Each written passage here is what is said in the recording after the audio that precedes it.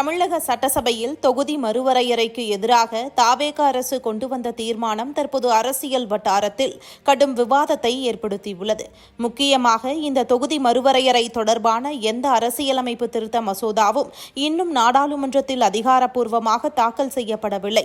அப்படி இருக்கும்போது வரப்போகிறது என்று கூறப்படும் ஒரு மசோதாவை எதிர்த்து தமிழக சட்டசபையில் அவசரமாக தீர்மானம் கொண்டுவர வேண்டிய அவசியம் என்ன என்ற கேள்வியை அதிமுக, பாமக, தேமுதிக, பாஜக உள்ளிட்ட எதிர்க்கட்சிகள் எழுப்பியுள்ளன.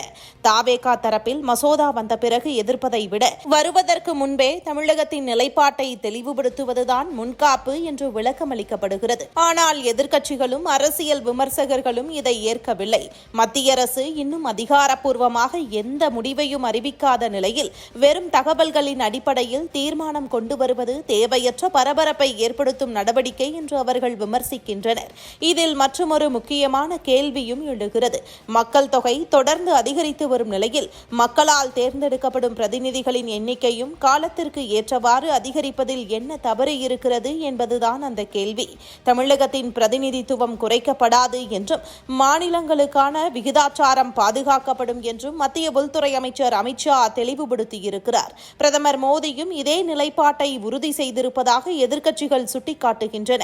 அப்படி இருக்கும்போது தொகுதி மறுவரையறையை முன்கூட்டியே எதிர்ப்பதன் அவசியம் என்ன என்றும் அவர்கள் கேட்கின்றனர். இதன் காரணமாகவே தவேக அரசின் இந்த நடவடிக்கை குறித்து அரசியல் விமர்சனங்கள் எழுந்துள்ளன. மத்திய அரசு என்ன நடவடிக்கை எடுத்தாலும் அதை எதிர்ப்பது என்ற திமுகவின் அரசியல் அணுகுமுறையைப் போலவே தவேகவும் செயல்பட தொடங்கிவிட்டதா என்ற கேள்வியும் முன்வைக்கப்படுகிறது. குறிப்பாக பாஜகவை எதிர்ப்பது என்ற ஒரே அரசியல் புள்ளியை மையமாக வைத்து மத்திய அரசின் எந்த நடவடிக்கையாக இருந்தாலும் எதிர்க்கும் பாதையில் தவேக செல்கிறதா என்ற விமர்சனமும் எழுந்துள்ளது. ஆக நாடாளுமன்றத்திலேயே இன்னும் வராத ஒரு மசோதாவை எதிர்த்து தமிழக சட்டசபையில் தீர்மானம் கொண்டு வந்திருப்பது தமிழகத்தின் உரிமையை பாதுகாக்கும் முன்காப்பு நடவடிக்கையா அல்லது தேவையற்ற அரசியல் முன்னெடுப்பா என்பதுதான் தற்போது விவாதமாகியுள்ளது. தொகுதி மறுவரையறை தமிழகத்திற்கு பாதிப்பை ஏற்படுத்தாது என்று மத்திய அரசு விளக்கம் அளித்திருக்கும் நிலையில் அதற்கு பிறகும் இந்த தீர்மானம் ஏன் கொண்டுவரப்பட்டது என்பதற்கு தவேக அரசு தெளிவான விளக்கம் அளிக்க வேண்டும் என்றும் எதிர்க்கட்சிகள் வலியுறுத்தி வருகின்றன.